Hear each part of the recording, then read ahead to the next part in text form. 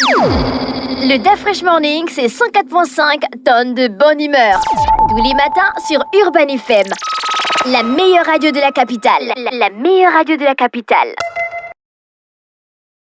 Vous êtes sur les 104.5 Urban FM, la station urbaine, et vous écoutez le DAF Fresh Morning avec Jean-Paul. Bonjour. Bonjour DAF Fresh. Comment tu vas ce matin? Ça va, ça va. On va d'où? On va de quel côté avec l'actualité internationale? On va à Riyad en Arabie Saoudite où les choses semblent s'être accélérées entre Washington et Moscou pour une prise de contact. Parce que contrairement à ce qui est dit, ce ne sont pas des négociations qui vont être entamées là-bas. Ce ne sont pas des pourparlers, enfin, ce ne sont pas des discussions à proprement parler sur tout ce qui, sur tous les points chauds qui pourraient concerner ces deux pays-là, mais c'est plutôt dans la continuité d'un certain nombre d'événements. Il faut d'abord savoir que la première chose, c'est qu'il y avait eu un premier coup de fil en réalité. À l'époque, Donald Trump était encore président élu avec Vladimir Poutine.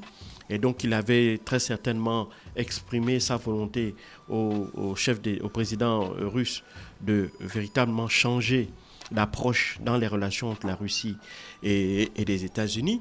Et c'est ce qui explique que dès l'instant où il a pris ses fonctions, il a commencé à apporter un certain nombre de gestes montrant sa volonté à vouloir changer véritablement ou à mettre en œuvre, si tu veux, les promesses qu'il avait faites au président Vladimir Poutine.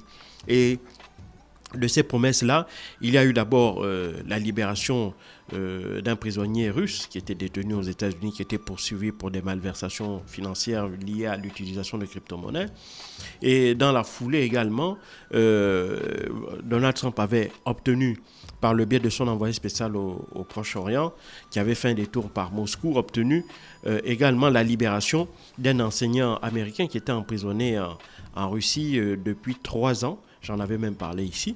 Et donc ça, c'est la première étape. La deuxième étape aura été le premier appel téléphonique maintenant entre les deux présidents en fonction, Donald Trump et Vladimir Poutine, un appel de 1h30.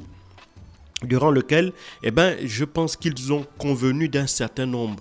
Ils se sont entendus sur les préalables qui étaient nécessaires à pouvoir entamer, des préalables nécessaires à pouvoir fixer le cadre, qui devrait permettre par la suite éventuellement des négociations. Alors le cadre, c'est lequel? Le cadre, c'est que les Russes allaient garder les territoires qu'ils avaient conquis depuis le 24 février 2022, y compris les territoires qu'ils avaient conquis depuis 2014. Donc on a la Crimée et puis certains territoires du Donbass, ceux sur lesquels les Russes sont déjà bien présents. Donc ces territoires-là ne devraient plus être rétrocédés aux Ukrainiens. La deuxième chose, c'est que l'Ukraine n'entrerait pas dans l'OTAN, d'accord ? Il est hors de question que l'Ukraine entre dans l'OTAN. Et donc ça, évidemment, c'était une volonté de Vladimir Poutine. La troisième chose, c'est qu'il y aurait vraisemblablement une force internationale qui aurait pour but de surveiller la frontière, les nouvelles frontières entre la Russie et l'Ukraine. Et cette force internationale serait composée de troupes européennes sans les Américains. Donc ça c'est clair. Donc ça c'est, si tu veux, la base. Ces préalables-là, apparemment le président américain Donald Trump et Vladimir Poutine s'étant entendus sur ces préalables-là, ils ont donc estimé que la troisième étape étant franchie, il fallait maintenant formaliser en quelque sorte ce cadre de rencontre en tête-à-tête, en physique entre les deux présidents. Étant entendu aussi que dans l'appel téléphonique entre Donald Trump et Vladimir Poutine, il est dit que si cette première rencontre qui va se faire en Arabie Saoudite, Donald Trump avait dit que c'était en Arabie Saoudite, et effectivement, les choses sont en train de se préparer dans ce sens, puisque au moment où je parle, Marco Rubio, le chef du département d'État, et Sergei Lavrov, le ministre des Affaires étrangères, vont se rencontrer ce matin à Riyad. Ils sont arrivés les deux hier soir dans la capitale saoudienne, et donc les deux chefs d'État ont convenu que si cette première rencontre serait un succès, il semblerait que par la suite, Vladimir Poutine pourrait être invité à Washington par Donald Trump, et Donald Trump pourrait également se rendre à Moscou sur invitation de Vladimir Poutine. Et il semblerait également que certains experts se basent sur le fait que il semblerait que pour les Russes, une date même aurait déjà été choisie concernant une possible arrivée de Donald Trump à Moscou. Ce serait le 9 mai prochain, parce que ça va coïncider avec les 80 ans de la victoire sur la Grande Guerre patriotique, donc la Seconde Guerre mondiale. En Russie, on parle de la Grande Guerre patriotique. Et donc, il faut savoir que pour la commémoration de ces 80 ans de la victoire russe sur l'Allemagne nazie, il a déjà obtenu l'accord de la présence sur place de Xi Jinping. Et donc, ce qui fait que... c'est toujours en mai, non? C'est le 9 mai. Le 9 mai. Et donc, ce qui fait particulièrement penser que ce 9 mai-là, Donald Trump pourrait être en Russie, c'est parce qu'il faut savoir que Donald Trump a déjà annoncé qu'il avait l'intention de faire une petite rencontre tripartite avec la Chine et les États-Unis sur la question de la diminution des arsenaux stratégiques, donc sur la diminution du nombre de têtes d'ogives nucléaires. Il faut savoir que depuis environ plus d'une décennie, la Chine a décidé de renforcer son armée, et le renforcement de ses capacités militaires passe également par le renforcement de ses capacités en matière stratégique, c'est-à-dire en production de missiles, qu'elles sont de moyenne ou de longue portée, et en nombre d'ogives nucléaires. Pour l'instant, on estime que la Chine serait en possession d'environ 500 têtes nucléaires. C'est parce que c'était conforme à l'ancienne doctrine chinoise, qui avait une doctrine beaucoup plus dissuasive, c'est-à-dire qu'on dispose d'arsenaux nucléaires pour empêcher d'être attaqué par un pays détentrice de l'arme nucléaire. Or, la Chine est maintenant dans une position dite offensive, c'est-à-dire qu'elle n'a plus l'intention de se limiter à ce nombre de têtes nucléaires dans le cadre uniquement de la défense de son territoire, mais pour être aussi en capacité de pouvoir se projeter si elle estime qu'il y a un pays qui pourrait menacer sa vitalité, donc soit en capacité de prendre les devants. Et pour ça, elle veut donc se rapprocher du nombre de têtes nucléaires que ont les Américains et les Russes. Les Américains ont plus de 4000 têtes nucléaires, les Russes en ont plus de 5000, et donc la Chine est encore aux alentours de 500, et donc elle voudrait atteindre le chiffre de entre 1500 et 2000 ogives nucléaires à l'horizon 2030. Et c'est pour ça que Donald Trump veut absolument que cette escalade-là cesse, et donc il voudrait négocier à la fois avec les Russes et les Chinois cette diminution du nombre de têtes nucléaires. Et quelle serait la meilleure occasion que cette rencontre-là, certes peut-être informelle, dans le cadre de la commémoration de ces 80 ans de la fin de la Grande Guerre patriotique à Moscou le 9 mai prochain. Donc c'est ce qui fait penser, c'est ce que certains spécialistes estiment que effectivement, les choses sont en train de s'accélérer maintenant, parce que évidemment, Vladimir Poutine aussi voudrait absolument que Donald Trump soit présent à Moscou pour la grande parade militaire qui célèbre ses 80 ans, et ce sera aussi, d'un point de vue diplomatique, une éclatante victoire, notamment sur les Européens, pour leur montrer que la Russie a fait preuve d'une extraordinaire résilience, en dépit des sanctions qui frappent son pays durant 3 ans, en dépit de la volonté des dirigeants occidentaux, principalement des dirigeants européens et ceux de l'ancienne administration, de vouloir ostraciser la Russie, et bien que la Russie est parvenue à renverser, si tu veux, ces plans mafieux qu'ils avaient décidé d'appliquer à son encontre, puisque en dépit des sanctions, elle a pu passer en économie de guerre. Elle a quand même pu faire preuve de beaucoup de résilience, de beaucoup d'adaptation. En plus, cette volonté de vouloir l'ostraciser n'a pas marché, puisque l'un des acteurs majeurs du camp occidental a décidé de renouer les relations diplomatiques, de renouer les discussions avec elle. Donc, cet événement-là, s'il est avéré, serait véritablement la cerise sur le gâteau pour Vladimir Poutine. Mais pour l'instant, on n'en est encore pas là, on en est encore même très loin.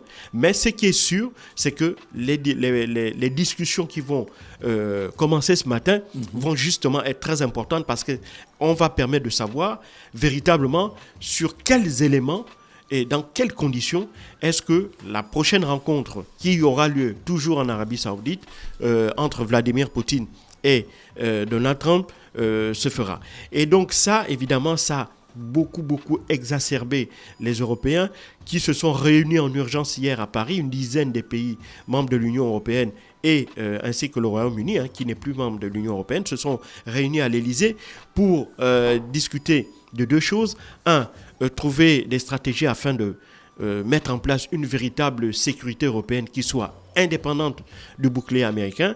Et la deuxième chose, comment garantir la sécurité de l'Ukraine en cas même de retrait des États-Unis dans le cadre du soutien apporté par les pays occidentaux à ce pays. Et donc, malheureusement, dans ces deux cas, si on a senti une unanimité des participants dans la volonté de véritablement bâtir un socle de défense qui soit entièrement européen, malheureusement pour la question de garantie, parce qu'il faut savoir que pour Volodymyr Zelensky, le président ukrainien, cette garantie-là doit passer par le déploiement de troupes européennes, enfin le déploiement de troupes occidentales sur le territoire ukrainien afin de maintenir s'il y a un gel des combats, au moins de maintenir le tracé de ces nouvelles frontières-là. Et puis, et pour cela, les Ukrainiens ont d'abord estimé qu'il fallait à peu près 200 000 hommes sur le territoire de l'ouest de l'Ukraine. Et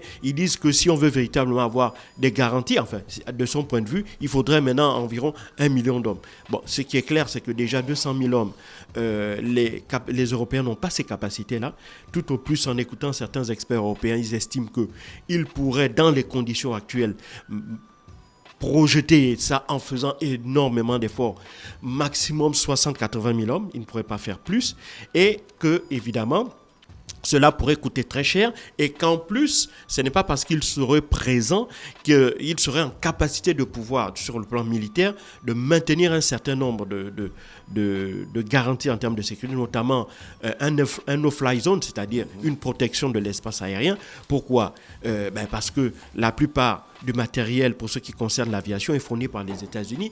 La deuxième chose, c'est qu'en l'absence d'Américains, il faut savoir que les Européens sont totalement dépendants du point de vue du renseignement des États-Unis d'Amérique. Donc, pour eux, il y a le fait que certains pays comme la Pologne estiment, ou comme l'Ukraine, estiment en réalité que dans leur configuration actuelle, les garanties de sécurité sans le soutien des États-Unis sont des garanties qui sont nulles et de nul effet, puisque du point de vue de Volodymyr Zelensky, l'Europe actuelle n'est pas suffisamment forte pour pouvoir s'opposer seule à la puissance russe. Et donc pour Volodymyr Zelensky, pour l'Ukraine, il est indispensable de maintenir cette présence américaine, de maintenir ce soutien américain à l'issue, même dans le cadre de la mise en œuvre soit d'un plan de paix, soit d'un gel des combats et de la mise en place des garanties de sécurité pour le territoire ukrainien après ces négociations-là, si on parvient à un accord de paix. Donc, après, pour la mise en œuvre de ces accords de paix-là, il est conscient que sans la présence des États-Unis, sans le soutien militaire et financier des États-Unis, il n'y aura véritablement aucune garantie. Donc, c'est dans cela que l'Ukraine se trouve, dans cette crainte-là. Et donc, pour l'instant, les Européens vont certainement attendre maintenant ce qui va sortir de ces premières rencontres entre Sergei Lavrov et Marco Rubio et d'en savoir un peu plus à peu près ce qui va être l'objet des échanges maintenant de Vladimir Poutine et Donald Trump et à quoi est-ce que les Européens pourraient s'attendre après le discours le discours qui a véritablement jeté un pavé dans la mare, j'en avais parlé ici, de J.D. Vance, après le vice-président américain, après l'appel téléphonique entre Donald Trump et Vladimir Poutine, puis maintenant ces rencontres entre les ministres des Affaires étrangères russes et américains, sans oublier que tout ça se fait dans un contexte où l'Europe aussi est en train de tourner les yeux vers l'Allemagne, qui va organiser des élections législatives dans 4 jours, et élections pour lesquelles le CDU est donné vainqueur, ce qui acterait la fin de la présidence, en quelque sorte, du gouvernement d'Olaf Scholz, donc le chancelier actuel. Ce dernier n'a quasiment pas de chance d'être réélu. Maintenant, quelle configuration devra prendre le prochain gouvernement si le CDU l'emporte, parce que pour l'instant, tous les sondages disent que le CDU pourrait arriver en tête, mais il y a aussi une autre formation qui sera scrutée de très près, c'est l'AfD, l'Alternative für Deutschland, c'est le parti d'extrême droite, et le nombre de suffrages là va être un facteur déterminant dans la capacité de la CDU à pouvoir former une coalition gouvernementale, parce qu'il faut savoir que en Allemagne, les élections législatives, c'est la proportionnelle qui est utilisée, et donc par conséquent, il est rare de voir un parti avoir la majorité absolue à lui tout seul. On est obligé de passer par des coalitions, par des alliances de partis pour parvenir à mettre en place des gouvernements. Et donc, il faut savoir que si c'est l'AfD qui arrive en tête, ce serait très très mauvais pour les Européens, parce que sa présidente a fait savoir que l'une de ses promesses de campagne, ce serait de sortir justement de l'Union européenne. Elle estime que l'Union européenne est en train de tuer l'Allemagne en se coupant du gaz et du pétrole russe, en cédant aux injonctions des États-Unis. Donc, pour elle, et en ayant depuis 2015 ouvert de manière totalement incontrôlée ses frontières. Il faut savoir que l'Allemagne avait accueilli plus de 1 million d'étrangers aujourd'hui, et donc fait face aujourd'hui aux effets liés à cette immigration massive et incontrôlée, avec notamment le fait que sur son territoire, il y ait des attentats qui soient commis. Et donc, de ce point de vue-là, ces résultats-là aussi vont être scrutés de très près, et évidemment tout cela va impacter sur l'avenir de l'Ukraine de manière directe ou indirecte dans les jours à venir. Donc il est clair que c'est véritablement le prolongement de ces rencontres-là auxquelles on va assister aujourd'hui entre Sergei Lavrov et Marco Rubio. Merci Jean-Paul qui revenait sur l'actualité internationale ce matin sur les 104.5 Urban FM, la station urbaine dans le Dafresh Morning. Le Dafresh Morning, c'est 104.5 tonnes de bonne humeur. Tous les matins sur Urban FM. La meilleure radio de la capitale. La meilleure radio de la capitale.